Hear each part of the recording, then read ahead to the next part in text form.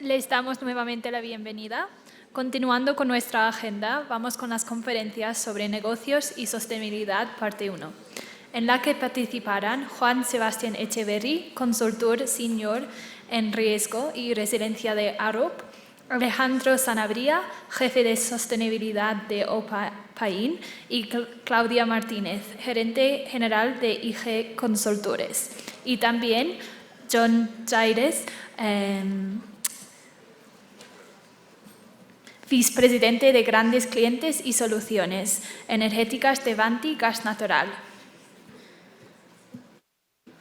Iniciamos con John Jairo, quien es administrador de empresas de la Universidad Jorge Tadeo Lozano, con especialización en gerencia financiera de la Universidad de los Andes y un diplomado en desarrollo de directivos de ESADE en Madrid.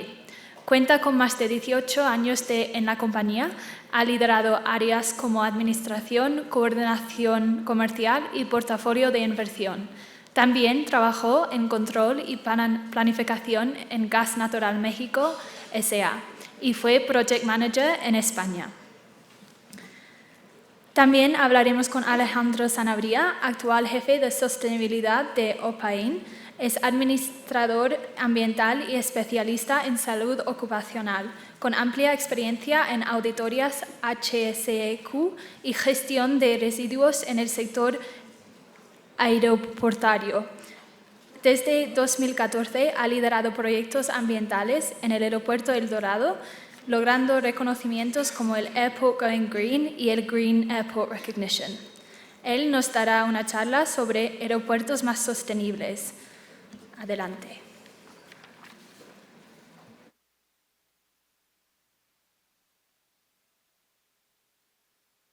Bueno, ya buenas tardes, ¿cómo están? Buenas tardes, un placer estar aquí. Tengo una presentación muy extensa en ideas y tengo muy poco tiempo, entonces voy a tratar de ir dejando los mensajes principales y no profundizando en el tema. El primer planteamiento que les haría, estamos hablando de sostenibilidad, hablemos de transición energética. ¿Qué imagen ustedes tienen en la cabeza acerca de transición energética? Pongan una imagen en su cabeza y piensen, esto representa muy bien el concepto. Y les podría asegurar que buena parte del auditorio piensa que la transición energética va dirigida hacia la generación de energía eléctrica, y entonces la energía fotovoltaica, toda la energía proveniente del viento es una de las, digamos, de las soluciones que dominan la transición energética. Y la verdad es que la transición energética es un concepto súper amplio. Cometemos el error de entender generación de electricidad con consumo de energía dentro de la transición. Y es todo, realmente la generación de energía eléctrica parte de la transición energética, pero es el consumo energético lo que nos lleva a pensar cómo transitamos hacia una fuente más limpia. Los aprendizajes de los últimos años se resumen en estos 4 puntos. Primero es que la transición energética es multidimensional. No es una fuente, no es una tecnología, no es un punto de partida homogéneo para todo el mundo, ni todo el mundo tiene que llegar al mismo punto. Las velocidades son distintas. Hay que saber entender cómo está preparada Colombia, cómo está ubicada dentro de todo el contexto de consumo energético para entender cuál es su plan. Eso es un primer aprendizaje. El segundo tiene que ver con el equilibrio seguridad energética y sostenibilidad. Ya está claro que el que entregue la soberanía energética puede estar generando un problema de mayor proporción hacia futuro, asociado a pérdida de competitividad, arriesgar, digamos, su economía de mercado. El tercer concepto tiene que ver con quién va primero. En Colombia se habla de reducción de gases de efecto invernadero, teniendo un problema muy importante de calidad del aire. Cuando ustedes escuchan estos dos conceptos, ¿quién cree que domina? O sea, ¿estamos hablando de calidad del aire o es un tema secundario y el que domina es la reducción de gases de efecto invernadero? Esas es un poco como las consecuencias del tema. Colombia es uno de los países que en sus grandes ciudades tiene peor calidad del aire y debería ser una prioridad. Paralelamente a una muy buena gestión de la calidad del aire va a venir una reducción de gases de efecto invernadero. Creo que tenemos varias dificultades, pero uno es que no tenemos claridad en cómo establecer cuáles son nuestras prioridades. Y el otro tema que se habla mucho es que se piensa que se va a sustituir los combustibles provenientes de hidrocarburos, ¿sí? Y la verdad es que ninguna autoridad energética en el planeta está pensando que se va a acabar el carbón, que se va a acabar el crudo, que se va a acabar el gas natural. Por el contrario, son una fuente importante de la energía que utilizará el planeta, quizás con una manera distinta de consumirlo. Abordando un poco este concepto, miren ustedes la generación eléctrica por fuente en el planeta y en Colombia. Si ustedes ven esta imagen, ¿cómo se sienten en Colombia desde el punto de vista de generación de energía eléctrica? 74% proviene de fuentes limpias. Creo que se cuenta con los dedos de las manos los países que tienen este privilegio, ¿sí? Si miramos el mundo, ¿quién domina la generación de energía eléctrica? El carbón, ¿sí? Entonces, fíjense que punto de partida, distintos puntos de partida, distintas fuentes. Si miramos esta foto, Colombia se debería sentir orgulloso de esa capacidad que tenemos. Miremos lo que es transición energética y el consumo de energía primaria global. Entonces, ahí ustedes ven esa foto y está bastante más homogénea. El mundo consume carbón crudo y gas natural mayoritariamente, y si miramos Colombia, ¿dónde está el gran consumo? Está en los crudos. Ese crudo que ustedes ven ahí mayoritariamente es gasolina y diésel, es decir, la actividad de transporte domina el mayor consumo energético del país. Esa es una conclusión que nos permitiría, además, si lo analizamos, establecer prioridades distintas, ¿vale? Si lo entendemos así. Si vemos la hidroelectricidad, pues tiene una participación muy importante, lo mismo que el gas natural, ¿vale? Entonces, conclusiones de Colombia que ya pasaron por esas imágenes. Primera, un país que tiene un 70% de generación de electricidad de fuentes renovables, y lo veíamos acá, que el consumo de carbón 7%, pues es un consumo muy pequeño si lo comparo contra el mundo. El carbón 27% en la fuente mundial, en Colombia el 7%, o sea, no somos un consumidor de carbón intensivo. Somos exportadores, como el quinto exportador de carbón, pero no somos grandes consumidores. Y tenemos unas emisiones muy bajas, el puesto 121 de 185, o sea, las emisiones son muy bajas. Si uno mira esa foto, aplaudiría porque dice, vamos por buen camino.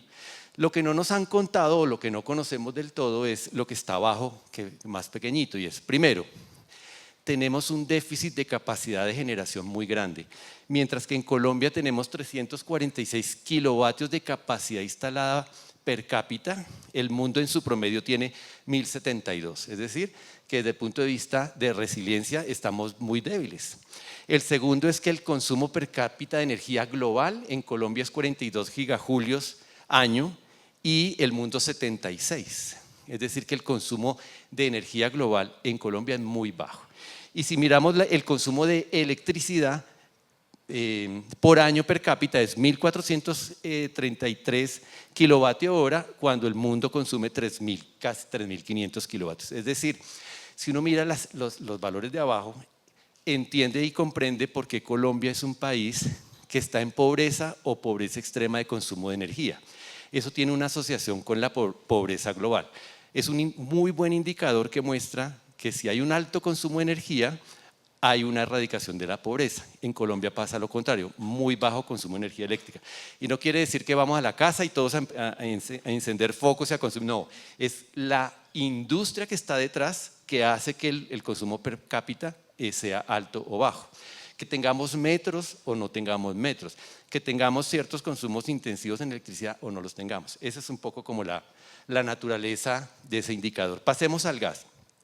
Decía, no hay autoridad energética en el mundo que esté eliminando el gas natural de su canasta. Mire las proyecciones que está haciendo estas de ExxonMobil de este año y dice, mire, el crudo va a estar presente con una participación muy homogénea, el gas quizás un ligero crecimiento, el carbón tiende a reducirse en el escenario del año 2050 y luego empiezan a ganar participaciones otras fuentes.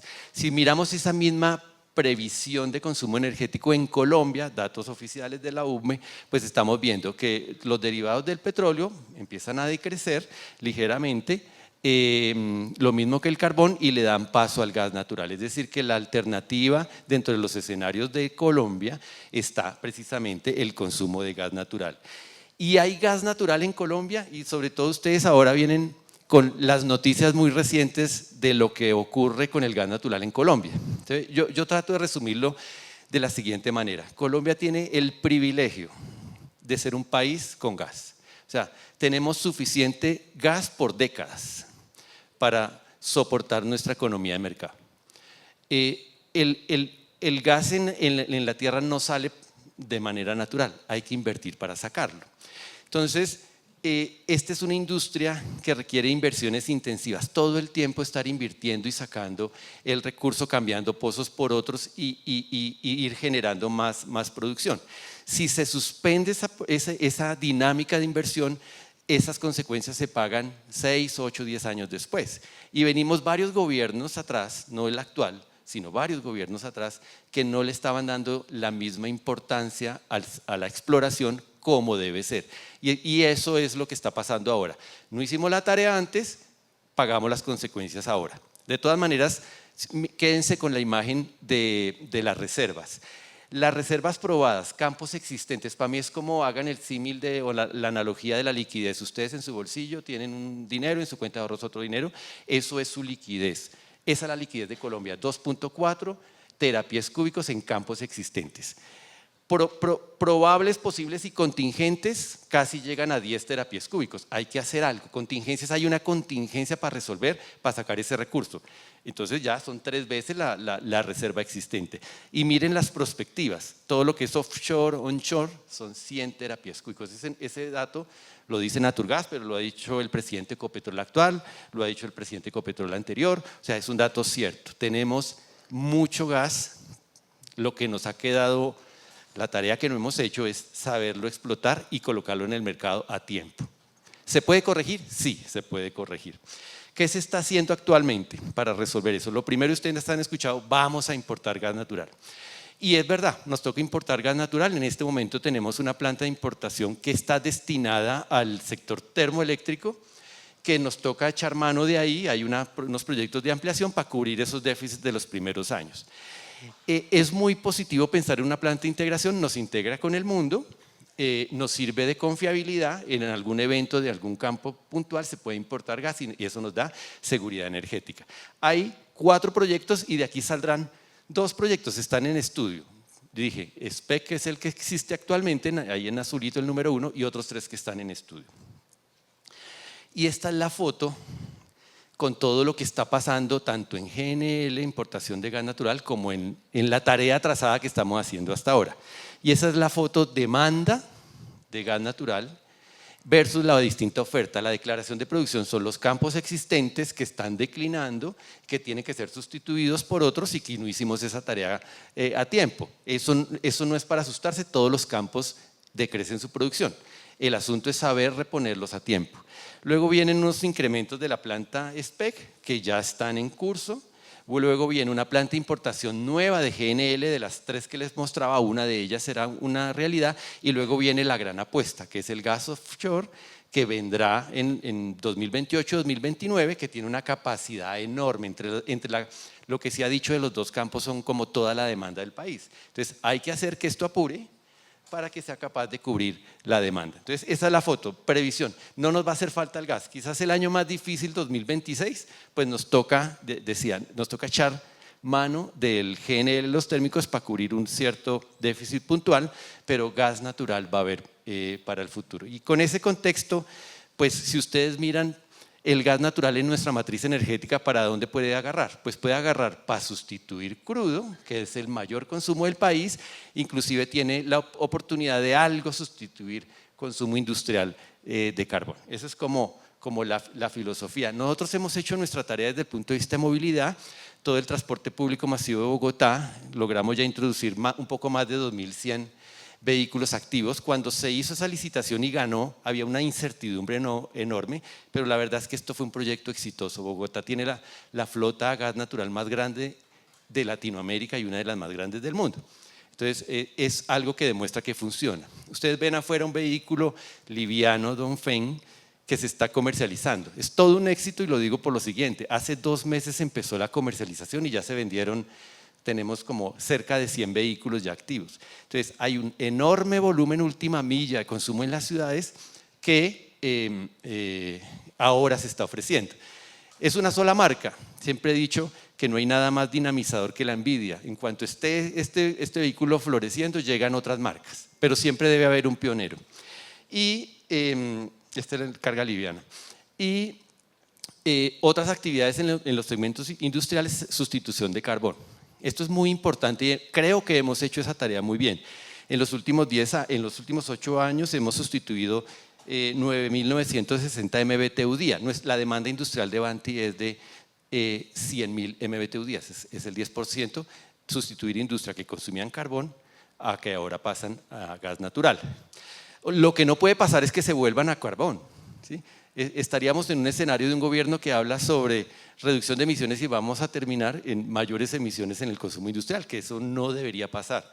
Pero bueno, eso es parte del ejercicio que hacemos. Se me acabó el tiempo y solo termino con la conclusión. Bueno, gas natural renovable es como una gran apuesta. Queremos que el biogás, el biometano, sea una fuente de energía. Hay todos los incentivos posibles para desarrollarlo y no ha despegado. Creo que hace falta un poco más de institucionalidad para que esto prospere. Conclusiones. La seguridad energética es clave para avanzar en la reducción de pobreza, ya lo dije desde el principio, y el mensaje final y el clave para nosotros es: no hay sostenibilidad si no hay sostenibilidad ambiental, si no hay sostenibilidad económica y sostenibilidad social. Es un equilibrio perfecto de saber escoger cuáles son las prioridades de una nación y tomar las apuestas correctas, porque a veces tomamos las apuestas incorrectas y luego después de una década nos toca girar y reenderezar un poco esa agenda. Entonces esa es la conclusión, creo que el gas natural es una muy buena apuesta. Aquí no es que uno domina frente al otro, no es una competencia, todos tienen la capacidad de aportar y contribuir significativamente en la transición energética. Bueno, me logré cumplir el tiempo. Muchas gracias por su atención.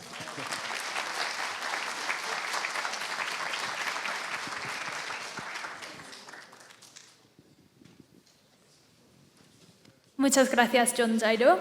Ahora invitamos a Alejandro Sanabria para hablar sobre aeropuertos más sostenibles.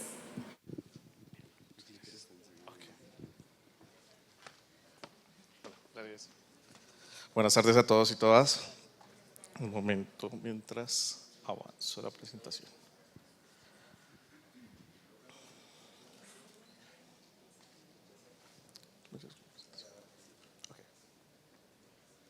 Bueno, mientras nos ponen la presentación, básicamente, digamos que el día de hoy voy a hablar un poco sobre la evolución hacia la sostenibilidad que ha tenido el Dorado, el aeropuerto El Dorado, una infraestructura la más grande del país, por así llamarlo.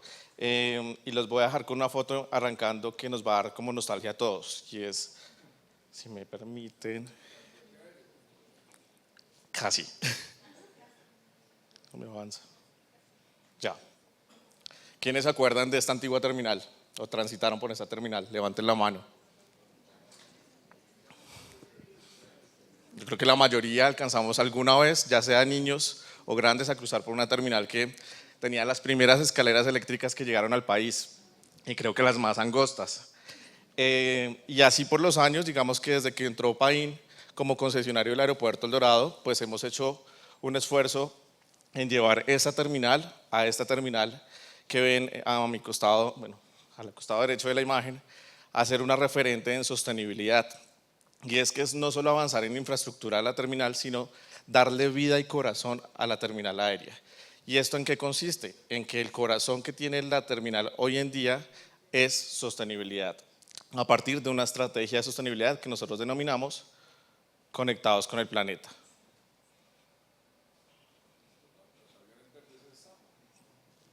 ¿Dime? Creo que sí.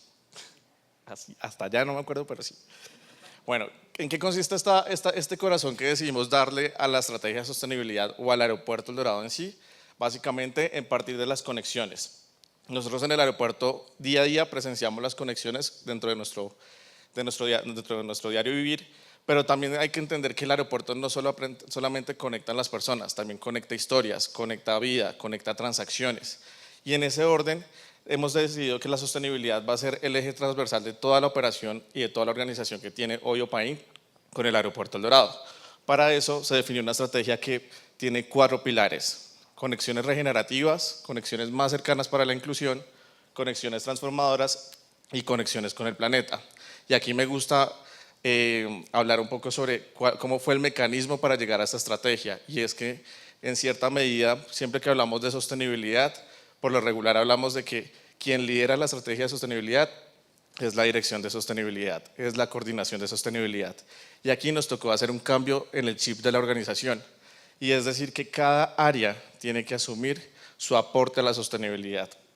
Y en ese decidimos montar a todas las áreas de la organización y a todos los grupos de interés del aeropuerto para que aportaran a cada una de estas conexiones. Como ustedes ven, son más o menos 12 a 13 asuntos materiales principales que tenemos enfocados en el Aeropuerto El Dorado, y todos alineando a la Agenda 2030 de los Objetivos de Desarrollo Sostenible. Voy a desglosar un poco los resultados que hemos tenido por cada una de las conexiones, arrancando por conexiones regenerativas. El aeropuerto que vieron en la primera foto de hace años, en ese aeropuerto transitaban tan solo 12 millones de pasajeros. Hoy día, en 2023, con datos cerrados 2023, han transitado más de 40 millones de pasajeros. Eso es decir, más de la mitad del país transitando por una terminal aérea. Casi 3 estadios del Campín cruzando por una misma infraestructura diariamente. Y ese es un gran reto para nosotros. ¿Por qué? Porque esto le está aportando no solamente a Bogotá, sino al país, competitividad. Se aumentan los negocios, se aumenta el turismo, y pues el interés de nosotros es que la sostenibilidad sea también acompañante de este crecimiento. Eso nos ha hecho hoy día acreedores del segundo puesto de terminal aérea que más mueve pasajeros en Latinoamérica, después de México. Antes estábamos en el tercer lugar, detrás de Sao Paulo, ahorita vamos en el segundo, y nuestro interés es seguir creciendo para ser la principal terminal aérea más importante en movimiento de pasajeros de Latinoamérica. En movimiento de carga, ya hace años somos el primer aeropuerto en movimiento de carga, con más de 700.000 toneladas de carga y más de 300 marcas comerciales distribuidas en 1.000 hectáreas, como lo ven en ese render. Nosotros somos como una mini ciudad dentro de una gran ciudad. Esto, digamos que lo que queremos es generar eficiencias, mayor competitividad y un impacto positivo de todas nuestras operaciones. Ahora hablamos de conexiones más cercanas para la inclusión. ¿Qué hemos querido lograr con esto? El aeropuerto es un foco de empleabilidad, donde se generan más o menos 26.000 empleos durante todo el año. Esos 26.000 empleos le denominamos nosotros comunidad aeroportuaria. Allí hemos decidido también trabajar en temas de accesibilidad y de inclusión. Accesibilidad al convertir la terminal aérea totalmente accesible para personas con movilidad reducida, y también hemos decidido unirnos a reconocer esas discapacidades invisibles. Por lo regular, cuando hablamos de discapacidad, lo asociamos siempre a personas, o ya sea en silla de ruedas, o personas que tienen alguna discapacidad motriz visible. Desde el año pasado decidimos también darle visibilidad a aquellas personas que tienen discapacidades invisibles a través de la estrategia Hiding Disabilities. ¿Cómo funciona esto? Las personas que tienen este tipo de discapacidad básicamente se ponen una cinta, que es la que ven ahí como en verde con flor, con girasoles, no es del Partido Verde, es una campaña que está a nivel mundial, y básicamente con esa cinta todo el personal ya reconoce que esta persona tiene una discapacidad y le va a dar un trato y un manejo diferenciado. Así, si el aeropuerto de Miami también tiene esta técnica, pues lo que hace es un trato adecuado a esa persona que tiene ese tipo de discapacidad. Y por otro lado, dentro del nivel de equidad, pues digamos que hacemos parte de sello Equipares, y hemos también fortalecido un poco de los empleos que son netamente para hombres. En este caso, los bomberos aeroportuarios es una actividad que siempre ha sido llevada por hombres. Estamos incentivando con becas para que se formen más mujeres bomberos dentro de los aeropuertos. En este momento arrancamos, pues digamos el año pasado teníamos más o menos el 100% de nuestra población de bomberos aeroportuarios eran hombres. Ya hemos tratado de nivelar esa equidad a llevarlos a que ya 24% de nuestra población de bomberos aeroportuarios son mujeres y queremos seguir incrementando ese número dentro de nuestra operación.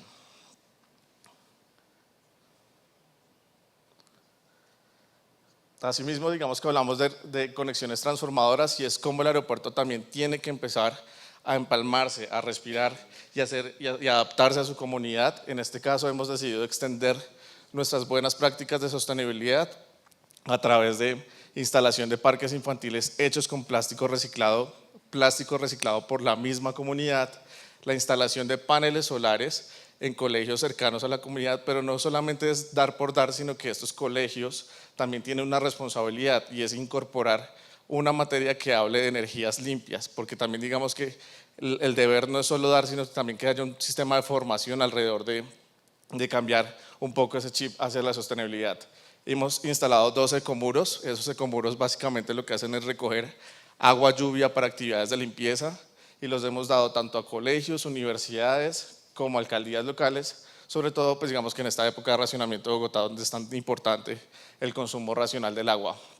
Y finalmente y no menos importante hemos generado una plataforma de empleo que se denomina Pista de Oportunidades, donde hemos generado una símil al empleo.com, donde digamos que los vecinos de las comunidades de Engativá, Funza y Fontibón pueden registrar sus hojas de vida y ahí van a encontrar todas las vacantes que están en esos 26.000 puestos que están dentro del aeropuerto, dando prelación obviamente a nuestra comunidad cercana, pero pues allí pueden aplicar a los diferentes cargos todas las personas que quieran entrar a esa página que se denomina Pista de Oportunidades.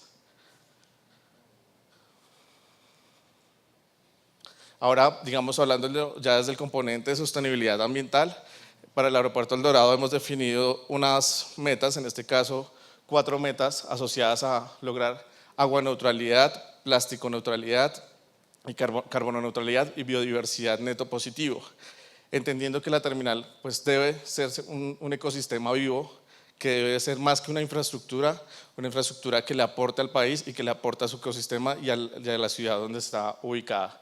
En estas metas hemos logrado lo siguiente.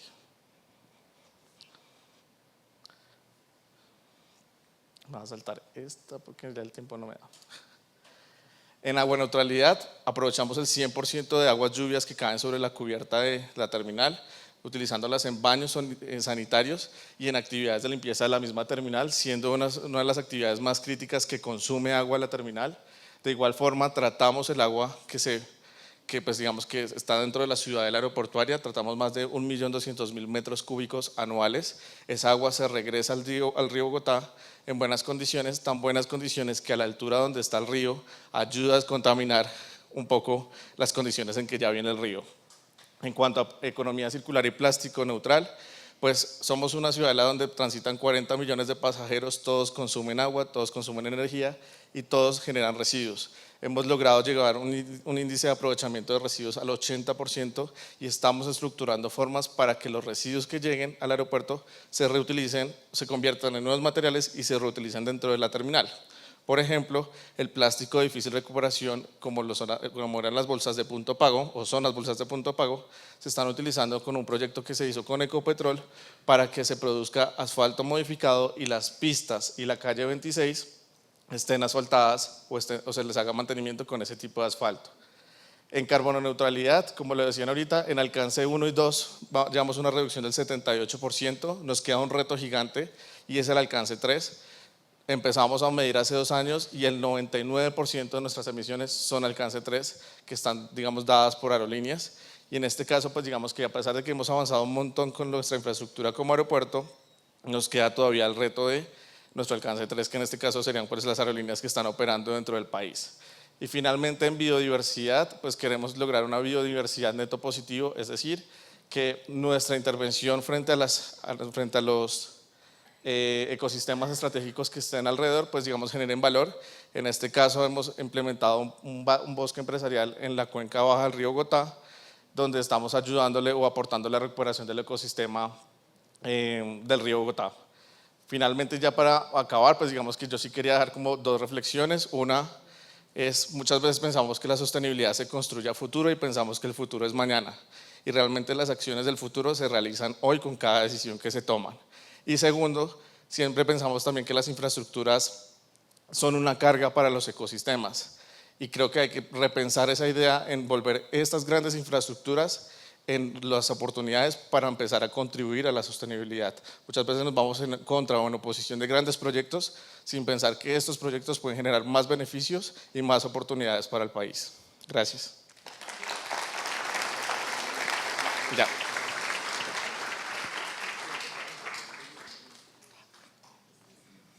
Buenas tardes a todos. Bueno, les cuento que Gaby tuvo un pequeño inconveniente, entonces se va a ausentar en unos minutos. Me presento, mi nombre es Alejandra Bernal, manejo toda la parte comercial y desarrollo de Bridgam, entonces voy a acompañarlos en estos momentos mientras pues Gabriela nos acompaña. Alejandro, muchas gracias por esa conferencia pues, tan interesante en temas de aeropuertos sostenibles, y damos paso en este momento a Claudia Martínez. Claudia es fundadora y gerente general de IG Consultores SAS, firma con 19 años de experiencia en el diseño de modelos innovadores de comunicación y participación, con un profundo conocimiento del contexto regional en más de 25 departamentos de Colombia. Ha asesorado a empresas como Veolia, The Nature Conservancy, Ecopetrol y ExxonMobil. Claudia nos acompañará con su charla del diálogo a la acción. Adelante, Claudia. Hola, ¿cómo vamos? Creo que está apagado. Hola. Allá. Hola, ¿cómo vamos?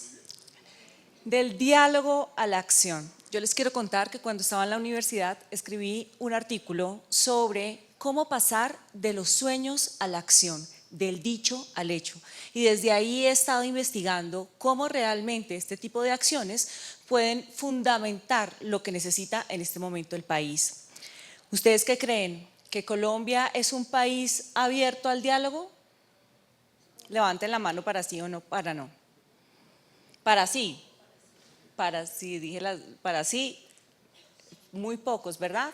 Pero fíjense que la mayoría de los titulares de prensa que tenemos hoy día en diferentes, a ver, esto no pasó, en diferentes periódicos del país sí nos hablan sobre cómo el diálogo está siendo una herramienta fundamental para efectivamente realizar lo que queramos.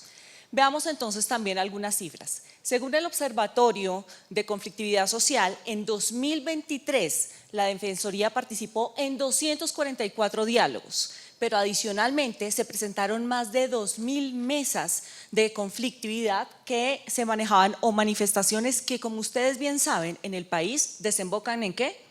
En un diálogo, ¿verdad? Unas mesas que no necesariamente el país se entera sobre cuáles fueron esos acuerdos a los que se llegaron. Nos enteramos del conflicto, no necesariamente de qué sucedió después. Para la construcción del Plan Nacional de Desarrollo en 2023, el DNP levantó más de 2.100 mesas de diálogo, y esto también nos da un enfoque de cómo el diálogo efectivamente está presente como una herramienta fundamental de construcción, más no necesariamente, de nuevo, nos enteramos de cuáles son esos resultados.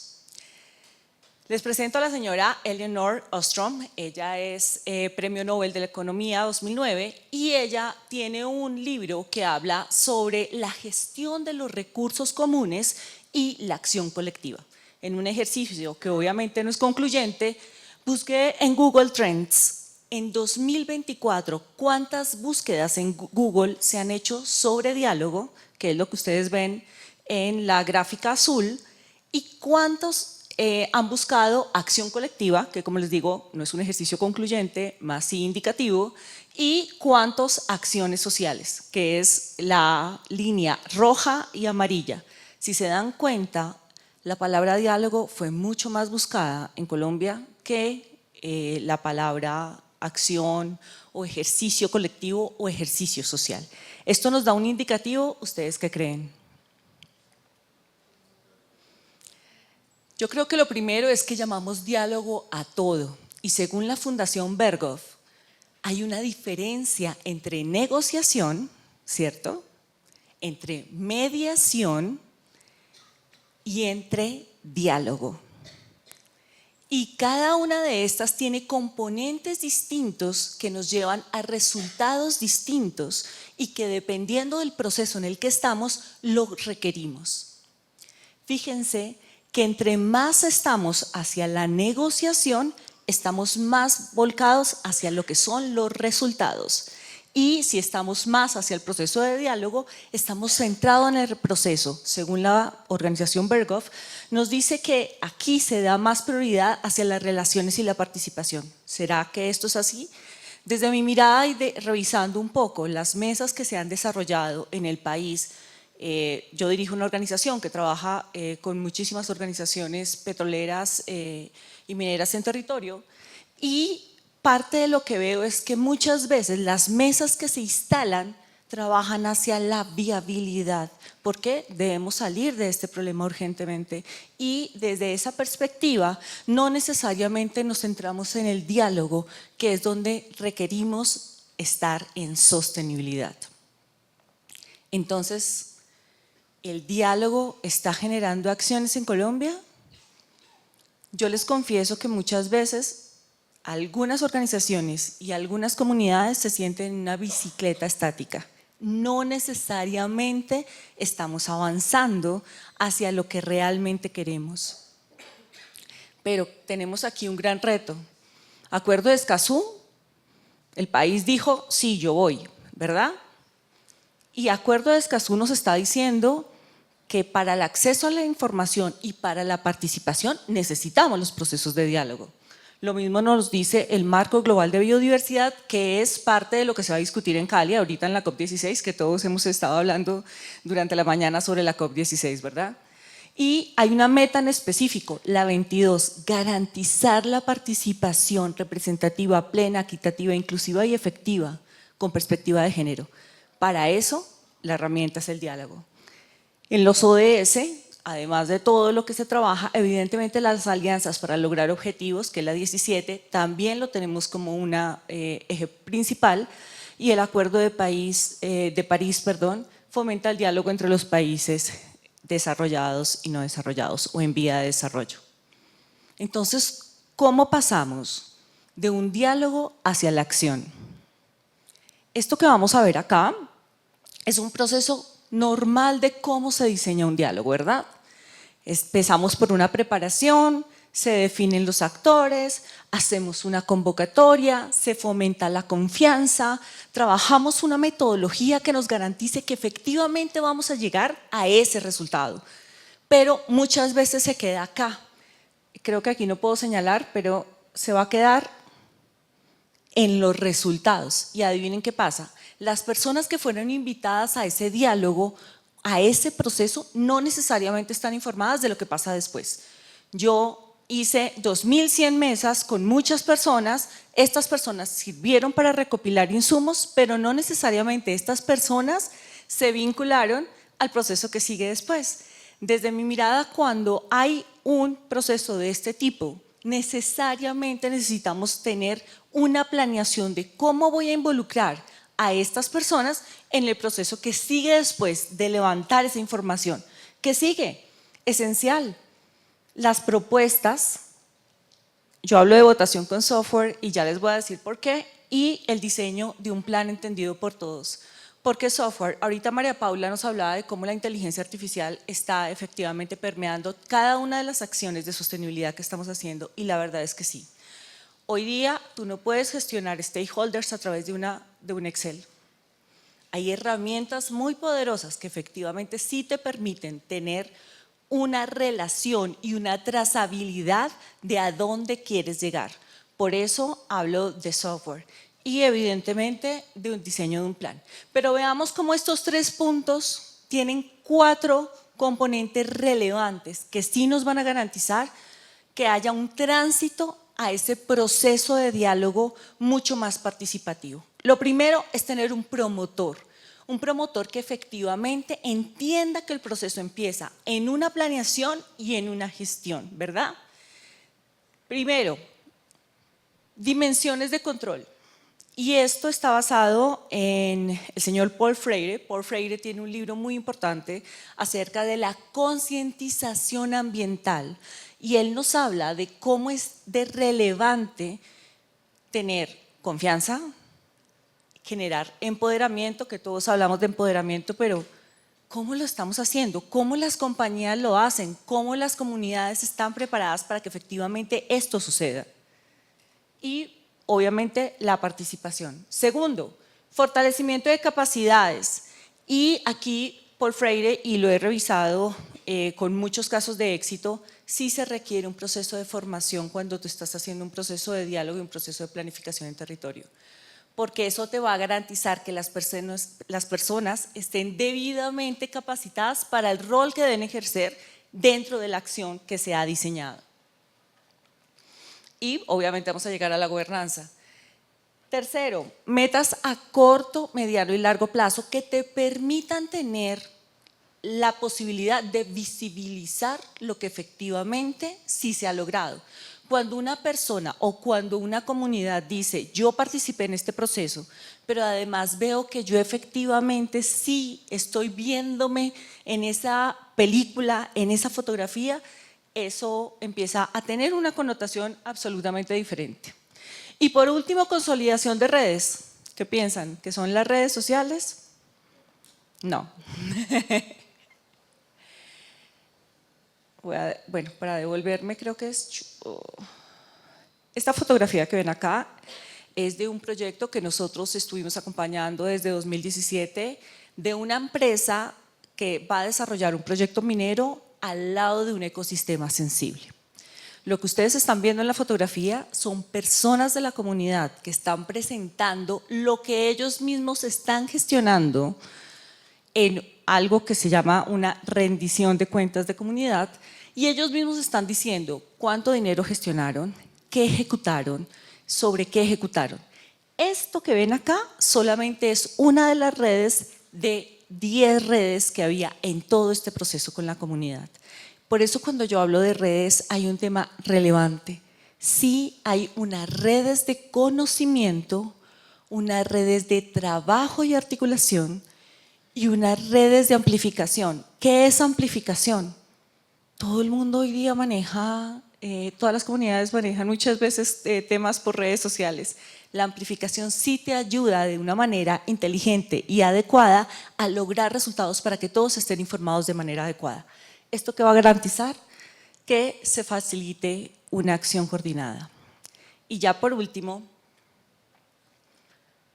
desde mi mirada, parte de lo que estamos viendo acá nos va a ayudar a pasar de una relación transaccional en el diálogo, que muchas veces se convierte en esto, que es la negociación, a una acción transformacional, dando así empoderamiento a cada una de las personas que efectivamente están participando en un proceso, pero porque estuvo diseñado desde el principio.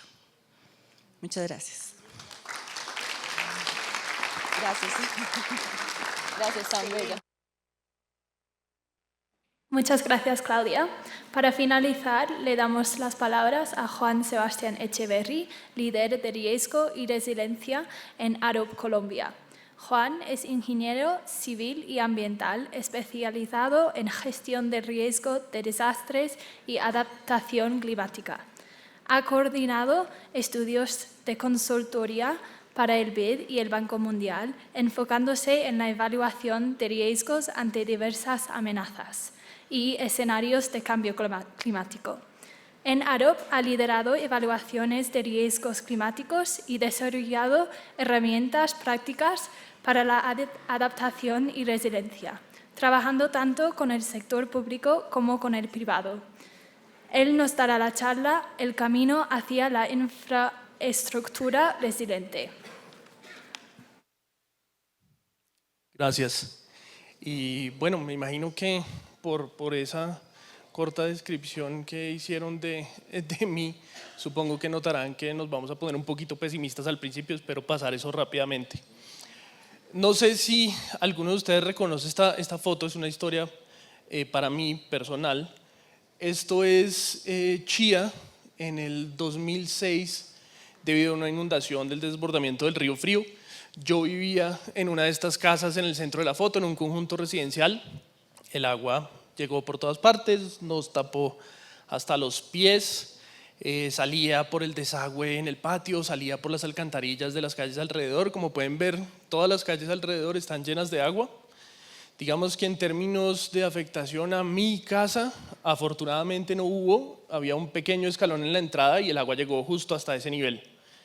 Y el único sentido en que este evento fue disruptivo en mi vida es que en ese momento mi hermana tenía a su hijo recién nacido, tenía un mes de nacido, tuvieron que irse con mi mamá y con él a quedarse donde unos familiares acá en Bogotá durante esos días. Mi papá, mi hermano y yo pues seguimos esos días ahí en la casa. Pero más allá de eso hubo una gran cantidad de familias afectadas, 800 familias según una nota que estuve leyendo. No es el evento más grande seguramente, esta no es una inundación de esas que recordemos todos como uno de esos eventos catastróficos que ocurren en el país, pero nos tocó muy de cerca, conocí a muchas personas que sí tuvieron daños materiales en su casa, que sí tuvieron algunas afectaciones de salud debido obviamente a esas condiciones de saneamiento inadecuadas y seguramente tensiones y estrés después de la ocurrencia de este tipo de eventos. Entonces, algunos de los vecinos contaban que posiblemente algo no se veía, algo parecido a esto no se veía desde 1987 en ese entonces. Esto fue 2006, volvió a pasar en el 2010, volvió a pasar después en el 2011. Y eso no es seguramente algo que nosotros en este auditorio desconozcamos. Hemos oído noticias como esas un montón en Colombia. Esto es, por ejemplo, los deslizamientos en la vía al llano. ¿Cuántas veces hemos oído esa noticia? Repetidamente, a pesar de que se estén haciendo algunas gestiones por remover, por recuperar rápidamente el tránsito por la vía, esto nos sigue ocurriendo y no es en el único lugar. Esto es en Rosas, Cauca, también recientemente, el 2023. La vía panamericana estuvo cerrada varios días por esos deslizamientos detonados por unas lluvias intensas y esto se repite y se repite en diferentes lugares en el país. Incendios forestales como los que vivimos aquí en Bogotá, en el otro lado del espectro, ¿no? Unos eran eventos detonados por lluvias intensas, ahora estamos hablando de periodos largos de pocas lluvias, cómo se secan los bosques y cómo son el escenario perfecto para que se den estos eventos. Y podemos actuar como actuaron los cuerpos de bomberos en ese momento, estar preparados a atender y tratar de controlar ese incendio, pero ¿qué estamos haciendo hoy para que mañana podamos reducir la ocurrencia de este tipo de eventos, el impacto que tienen, estemos más preparados para atenderlos más rápido aún? Esto no solo pasa en Colombia, definitivamente esto es a nivel mundial, lluvias más intensas, inundaciones más frecuentes, tenemos eventos de sequía que están empezando a agotar esas reservas de agua. Yo creo que eso suena muy familiar en estos días, ¿no? La presidenta de la Comisión Europea hace menos de un mes en una conferencia ambiental en Múnich decía que el mundo de 2050 será un mundo de inundaciones y racionamiento de agua. Esta es otra foto que me gusta traer porque me recuerda una parte del equipo con el que trabajo que vive en San Francisco. Nos contaba que en 2020 tuvieron que estar encerrados varias semanas en sus casas con sus familias. Y no fue COVID, fue debido a una temporada de incendios forestales fuertes que tuvieron allí en el centro y norte de California. Imagínense eso, comparar unas amenazas de estas con lo que nosotros vivimos como una pandemia. Eso son unas palabras mayores. Y ahorita estamos en una situación que por supuesto nos lleva a pensar en qué estamos haciendo para mirar hacia el futuro, para prevenir mejor esa escasez de agua que nos afecta diariamente. Cómo estamos previendo y generando nuevas inversiones, nuevas acciones, nueva infraestructura, nuevos programas que busquen que no solo reduzcamos los impactos de esto en el futuro, sino que también podamos recuperarnos más rápido cuando ocurran. Para quienes no nos conocen, Arup es una firma de origen británico, somos ingenieros, arquitectos, planificadores urbanos, trabajamos enfocados en desarrollo sostenible y nuestra visión es lograrlo a través de desarrollar tecnología y con rigor técnico articulado con esa imaginación que tenemos como personas, poder brindar las mejores soluciones para dar un paso en ese camino, en ese futuro sostenible. Estamos en más de 30 países en el mundo. En Colombia llevamos aproximadamente 10 años, sobre todo trabajando en el sector de infraestructura como asesores, acompañando estructuración de proyectos y haciendo este tipo de evaluaciones. Y nuestra estrategia se basa en crear esos lazos con aquellos clientes, aquellos aliados que buscan ese camino con nosotros. Nosotros, y acá vuelvo entonces al equipo del que yo hago parte, particularmente en Arup,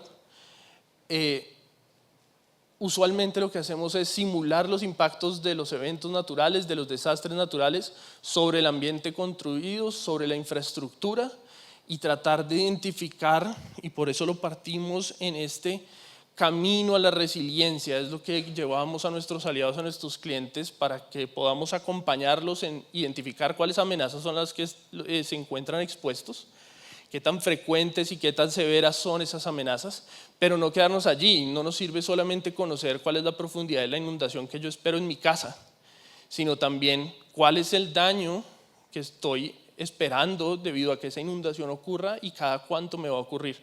Y con esa cuantificación, en términos de daños económicos, de costo de recuperación o de reparación, de tiempo de interrupción de los servicios, tratar de definir entonces qué medidas van a ser más estratégicas, qué medidas podrán reducir esos riesgos, esos impactos, o qué medidas me podrían llevar a estar mejor preparado para recuperarme más rápido. Y acompañamos a nuestros clientes y aliados a implementar esas soluciones. En Colombia hemos acompañado, por ejemplo, al Banco Mundial en un ejercicio que hicimos de identificar cómo podemos articular diferentes instrumentos financieros o una estrategia financiera que sirviera para fondear las necesidades de los objetivos nacionales de adaptación del sector carretero. O también en Perú hemos participado durante más de 5 años con el gobierno nacional en embeber la resiliencia en las prácticas de los sectores, en las prácticas de ingeniería, particularmente para los sectores salud, educación y gestión de cuencas. Esto después de un fenómeno del Niño costero en 2017 que dejó varias afectaciones a lo largo del país.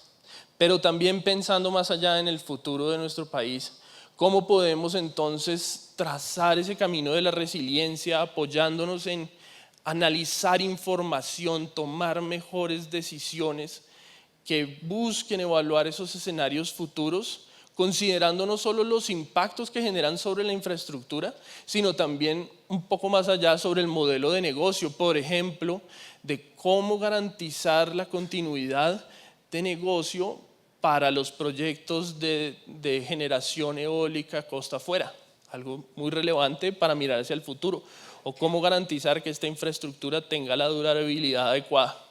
Lo mismo para parques solares fotovoltaicos en el norte y centro del país, que hemos apoyado con esta misma evaluación de escenarios futuros.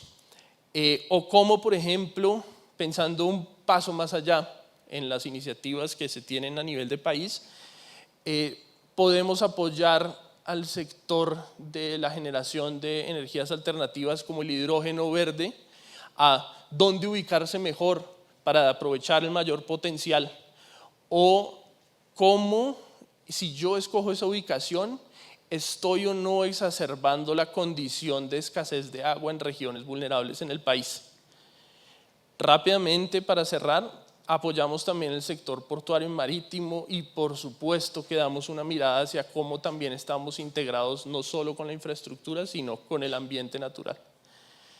El cambio climático es algo que nos afecta a todos y en Arup buscamos que esa información que podamos aportar con esa metodología de rigor, de tecnología, pero de imaginación, nos lleve a tomar mejores decisiones hacia el futuro, nos lleve a proyectar un mejor futuro para nuestras familias también. Finalmente, el cambio climático es algo que nos toca personalmente. Gracias.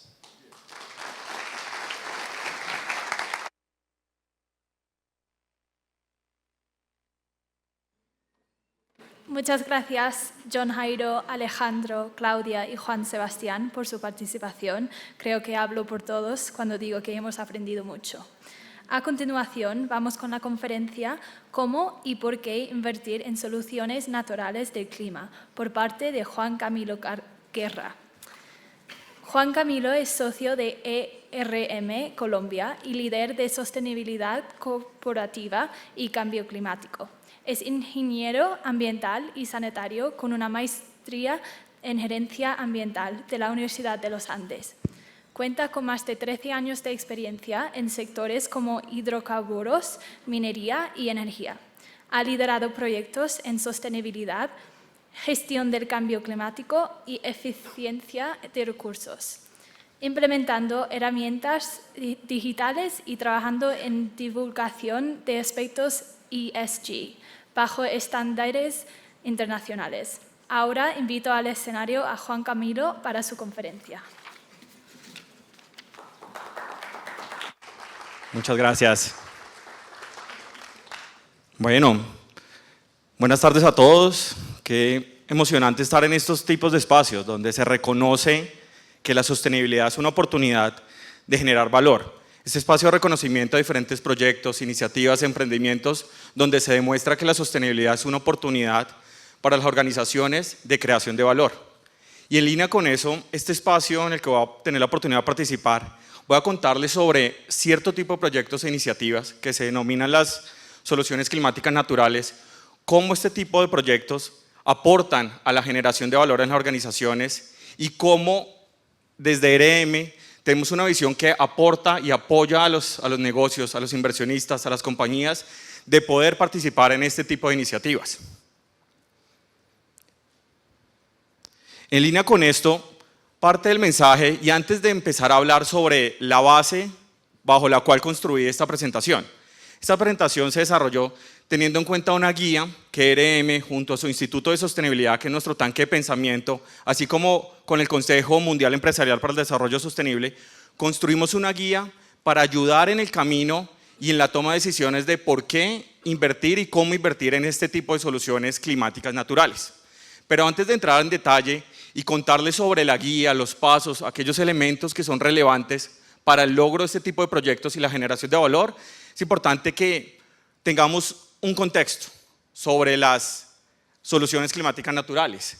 ¿Qué son? ¿Cuál es el aporte? ¿Por qué es el beneficio que se generan en torno a este tipo de proyectos asociado a esta agenda global? Lo hemos discutido durante la mañana. Hay una agenda global en torno al cambio climático. Hay una agenda en torno a la naturaleza, a la biodiversidad. Pero hay unos puntos de encuentro importantes donde este tipo de soluciones articulan esos dos elementos.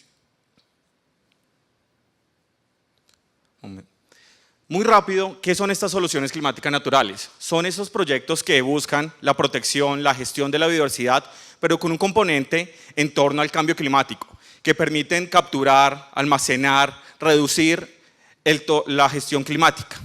Pero la visión de las soluciones naturales climáticas va más allá del carbono. También tiene un componente asociado a los ecosistemas. ¿Cómo se logran beneficios adicionales en torno a la conservación de la biodiversidad, la restauración de ecosistemas, el mejoramiento del suelo, entre otros aspectos? Y en línea con esto, vemos esta agenda global, donde hay un camino, donde el cambio climático venimos cerca de 10, 15 años trabajando en esos aspectos, donde ha habido un proceso de incorporación, de alineación, de inclusión de esta gestión en las organizaciones. Pero la realidad es que la gestión de la biodiversidad es un camino mucho más acelerado y parte de los mensajes que se hablaban la semana pasada, en la Semana del Clima en Nueva York, era la necesidad de articular la gestión de estos dos componentes. Y aquí es cuando surge la necesidad de gestionar de una manera articulada estos componentes. ¿Por qué el valor de la naturaleza? Si lo traducimos en términos financieros, la realidad es que la naturaleza, más allá del significado per se de naturaleza, recurso, es una oportunidad de manejarlo como un activo. Aquí son algunas cifras de cómo la naturaleza representa una oportunidad de gestión de riesgos, pero también una oportunidad de gestión de oportunidades. Cómo representan unas cifras muy importantes en torno al Producto Interno Bruto a nivel global, cómo si no se gestiona de una manera adecuada puede generar también pérdidas, pérdida del valor, pérdida de esa capacidad de generación de oportunidades para las organizaciones. De manera muy rápida, iniciativas a nivel país. ¿Qué está pasando y cómo las empresas colombianas realmente ya están capitalizando el valor en torno a la biodiversidad? Este marco, que es la divulgación financiera en torno a la biodiversidad, ya está trabajando y ya hay cerca de 15 industrias a nivel Colombia que han ido adoptando estas iniciativas, han analizado cómo la naturaleza y la biodiversidad genera valor para sus organizaciones y se han adherido a estas iniciativas. Ahorita con el desarrollo de la COP16 en torno a biodiversidad se va a lanzar un nuevo evento, una nueva cohorte para que las compañías tengan la oportunidad de participar y adherirse a este tipo de iniciativas como una forma de incorporar la sostenibilidad y la biodiversidad en torno a la generación de valor. Ahora ya entrando en materia sobre las soluciones climáticas naturales, parte del mensaje es cuál es el potencial, cuál es el valor en torno a la creación de las organizaciones que representa este tipo de iniciativas. Un momento, estamos teniendo problemas acá para pasar las diapositivas. ¿Por qué la relevancia de las soluciones climáticas naturales? En torno al negocio, el mercado voluntario de carbono ha tenido un incremento muy importante. Dentro de este mercado hay un componente relevante donde las soluciones climáticas naturales tienen una oportunidad de participación muy grande. Denme un momento. Y como ven en esta gráfica, de acuerdo a los análisis que se han proyectado, listo. ¿Qué fue el análisis que hicimos con el Consejo Mundial Empresarial?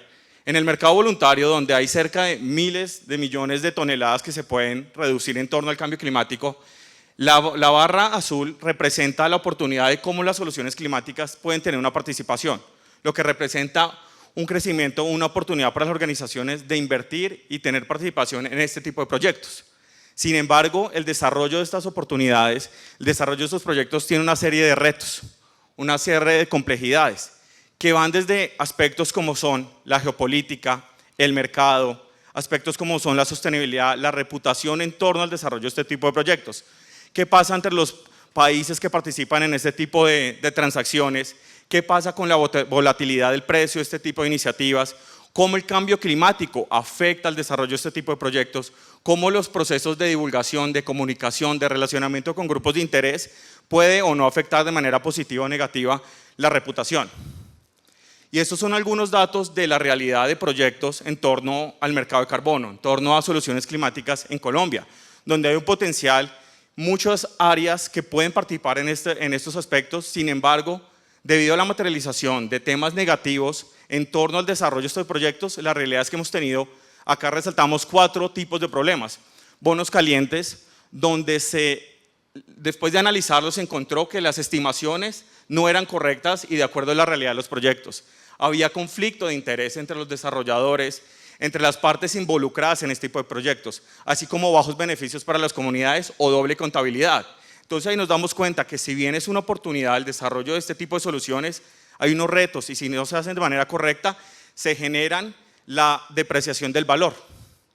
Ahí es cuando desde ERM, el Consejo Mundial Empresarial, tomamos la decisión de definamos una guía que ayude a las organizaciones a analizar, a darles unas pautas para el desarrollo de este tipo de proyectos, para analizarlos y tomar decisiones de una manera informada que involucre a los grupos de interés, que tenga una serie de consideraciones. Debido a este proceso fue donde establecimos una guía que tiene 6 etapas, que va desde un análisis preliminar, una participación de los grupos de interés, un análisis de la distribución de los beneficios, una participación de los diferentes actores, un análisis legal, que permite tener una visión más integrada y que aporte valor para la toma de decisiones. Empezando por este modelo y esta guía, la primera etapa consiste en la creación de un caso de negocio. Las organizaciones, las empresas, los inversionistas que tomen la decisión de participar en las soluciones climáticas naturales, las recomendaciones de este estudio, de esta guía es analicen cómo se articula dentro de su modelo de negocio, dentro de su cartera, cómo podría participar y generar valor, ya que las soluciones climáticas naturales tienen una oportunidad muy importante en torno al desarrollo de las compañías, asegurar a largo plazo, contar con créditos propios, aprovechar los beneficios no solamente desde la visión de carbono, como ya lo decíamos, sino también en temas sociales, en temas de biodiversidad, aprovechar el crecimiento del mercado, estar preparado para esas fluctuaciones, que arrojando algunos datos, el precio del carbono en torno a estas iniciativas actualmente tiene un precio promedio de $6, pero se proyecta un crecimiento a 2030 cercano a $27 y para 2050 cercano a $170. Adicional, estas iniciativas climáticas tienen un potencial de tener unos precios premium. Comparados con otras iniciativas tecnológicas, pueden tener valores por encima del 40-50% si realmente son soluciones con una alta integridad. ¿Qué más recomendamos en esta guía? ¿Cómo planificamos la inversión? ¿Cómo estructuramos estos proyectos? Y aquí es una etapa relevante de cómo las compañías, organizaciones que decidan invertir en soluciones climáticas naturales tienen la oportunidad de entrar en diferentes momentos del desarrollo de estos proyectos. Desde una etapa de factibilidad, de viabilidad, una etapa donde se estén diseñando, desarrollando los proyectos, o ya en una etapa de implementación. Este análisis es muy importante para las organizaciones porque dependiendo del punto de entrada hay consideraciones en torno a la incertidumbre, la disponibilidad de información, la oportunidad de tener injerencia en la toma de decisiones, en los factores, en los criterios de análisis. Y asimismo, un punto clave de este ejercicio es cómo las organizaciones mapean sus grupos de interés. Parte de ese análisis de las diferentes etapas en torno al desarrollo de los proyectos asociados a soluciones climáticas naturales es cómo identifico quiénes participan. No solamente son los dueños de las áreas donde se desarrollan los proyectos, también son las comunidades étnicas, no étnicas, el gobierno, ONGs y en general los diferentes actores que son claves para el desarrollo de este proyecto. Y aquí lo que presentamos de manera general es cómo, dependiendo del punto de entrada de las organizaciones, las variaciones tanto en el precio de los proyectos como en el nivel de riesgos puede variar. Y es el punto que queremos reconocer, que cada organización, dependiendo de su modelo de negocio, su punto de madurez, puede revisar y analizar en qué momento, en torno a las soluciones climáticas naturales, toma la decisión de participar o no en los proyectos. Siguiendo ese enfoque, la siguiente etapa que reconocemos y resaltamos es la necesidad de hacer un proceso de debida diligencia, un análisis integral que evalúe diferentes aspectos en torno al desarrollo de los proyectos. Esto lo que permite es tener un análisis de los diferentes elementos que componen el proyecto y la recomendación que nosotros damos en esta guía es que tenga una visión amplia, que involucre diferentes aspectos, no solamente desde el beneficio propio en torno a la biodiversidad, al cambio climático, sino que se haga un análisis que incorpore los componentes regulatorios, que incorpore los componentes asociados a la operacionalización del proyecto, que incluya aspectos comerciales, que incluya aspectos de reputación. Y este es un ejercicio que parte de análisis de información secundaria, recorridos en campo, entrevistas con los grupos de interés, que permitan entender cuáles son esas diferentes variables que podrían afectar el buen desarrollo o que sean proyectos que realmente no logren una integridad, que sean proyectos que no logren cumplir con las expectativas, que sean proyectos que lastimosamente resulten en proyectos que se caigan por aquellos retos y complicaciones que ya vimos, como fueron algunos de los casos que presentamos de Colombia. Siguiente etapa dentro del proceso, ¿cómo logramos que estos proyectos no solamente haya un beneficiario? Uno de los puntos claves que también se relaciona con esos retos que vimos en algunos casos de Colombia es cómo se determina y define la distribución de los beneficios. Este es un elemento muy importante porque acá es donde se involucran a los grupos de interés de una manera participativa, que haya una distribución real de los beneficios, y los beneficios no solo en torno per se al mercado del carbono, de cuánto cuesta una tonelada, de cuál es el beneficio que se genera en torno a esto, sino también que sea un análisis que permita involucrar los diferentes flujos. Este tipo de proyectos, como hablábamos, van más allá del carbono, involucran beneficios sociales, beneficios como la participación en el empleo, en el desarrollo de los proyectos. Hay iniciativas como son proyectos de agricultura regenerativa que tienen flujos adicionales de beneficios que las recomendaciones como parte de esta guía es analicemos, tengamos en cuenta en qué etapa está desarrollando el proyecto, cuáles son los actores que participan, cuál es el rol que ellos pueden involucrar, cómo podemos hacer esa distribución. que en qué repercute de manera positiva para las industrias, los proyectos, las iniciativas que desarrollen. Son incentivos que están alineados. Esto permite que haya una real distribución, que sean justos, que sean equitativos, que permitan demostrar que un análisis robusto que permite identificar esta distribución de los beneficios. Hay un potencial de mitigación de riesgos. Si logramos involucrar a los grupos de interés de una manera justa, transparente, informada, de acuerdo a sus características, vamos a lograr que estos participantes, estos grupos de interés se conviertan en aliados que a su vez permitan una mitigación de riesgos para proyectos que, al no ser justos de esta manera, pueden enfrentar barreras en torno a temas reputacionales, asimismo como la promoción de la integridad. Eso hace parte de los criterios de análisis que permiten que el desarrollo de estos proyectos cuenten con información transparente, que se pueda divulgar, que permita un flujo de información en cuanto a la rendición de cuentas. Esta parte de divulgación de beneficios es uno de los elementos críticos y estratégicos que hacen parte de la definición de esta guía para el logro de la generación de valor en torno a los proyectos climáticos naturales. La siguiente parte es desde un componente legal. Así como se hizo una debida diligencia técnica, reputacional, operativa, de los beneficios, de las salvaguardas ambientales, sociales, entre otros aspectos, también es muy importante tener las consideraciones legales. Este tipo de proyectos, a involucrar diferentes partes, involucrar gobiernos, involucrar iniciativas que relacionan muchos grupos de interés, es súper crítico poder entender cuál es esa dinámica legal, cuáles son los aspectos, qué elementos debemos evaluar entre las partes para asegurar que este componente legal no vaya a ser un componente que genere un riesgo, que los proyectos no puedan ser desarrollados e implementados. Acá hay algunos de los elementos que consideramos importantes. ¿Cuál es el estatus legal de las tierras, de la propiedad? ¿Cuáles son los componentes relacionados con los contratos, con las licencias? ¿Cuáles son los impuestos aplicables?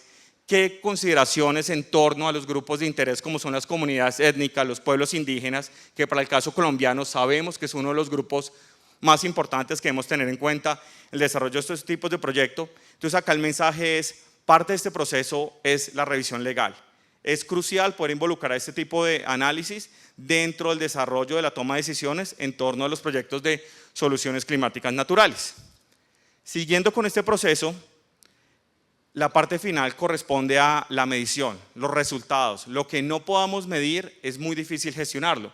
Y aquí dentro del desarrollo de esta guía es la necesidad de definir mecanismos de medición, de trazabilidad, tener datos que permitan realmente medir cuáles son los beneficios en torno a este tipo de proyectos, cómo lo comparamos frente a la información de línea base, cómo logramos realmente demostrar que los proyectos están generando los beneficios en torno a la gestión climática, en torno a la biodiversidad, que realmente hay una distribución de los beneficios a estos grupos de interés que identificamos, y de esta manera logramos cumplir con esa serie de principios de medición, de reporte, de verificación, que son elementos claves para lograr proyectos que sean de alta integridad que, como ya lo habíamos hablado, hacen parte de esos lineamientos, de ese valor premium, que a su vez es la generación de valor para las organizaciones, pero también para los grupos de interés.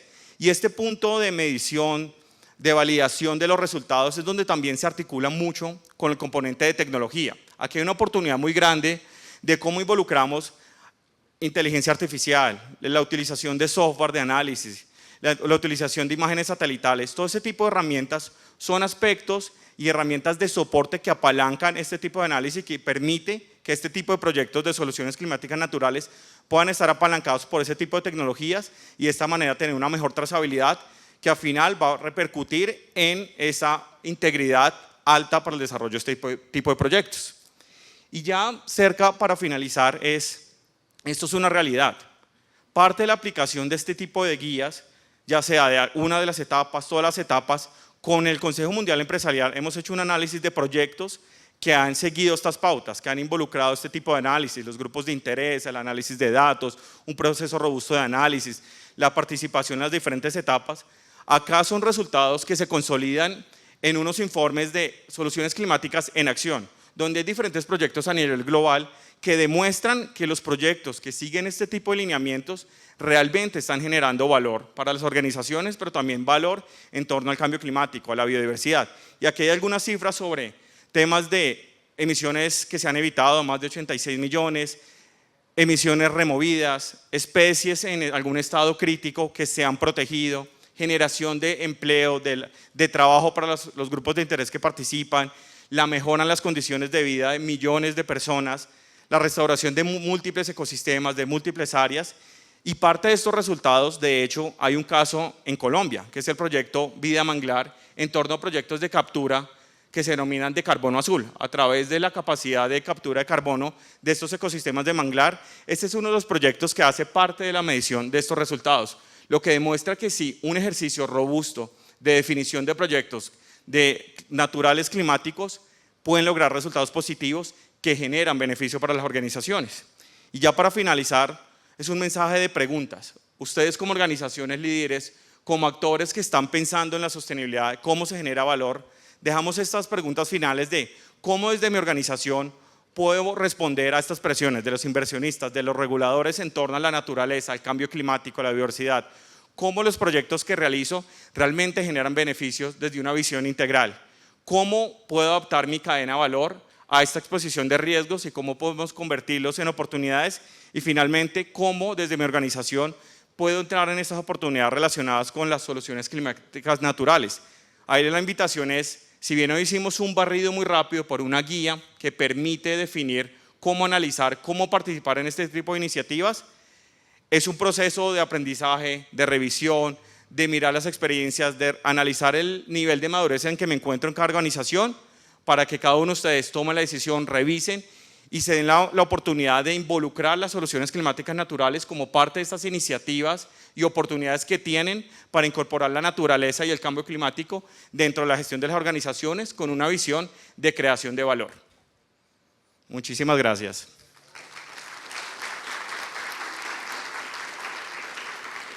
Ahí dejamos unos códigos QR, ahí donde pueden encontrar el detalle del informe, así como el acceso a nuestro Instituto de Sostenibilidad, donde hay una serie de informes, análisis en torno a lo que es la sostenibilidad y la generación de valor para las organizaciones.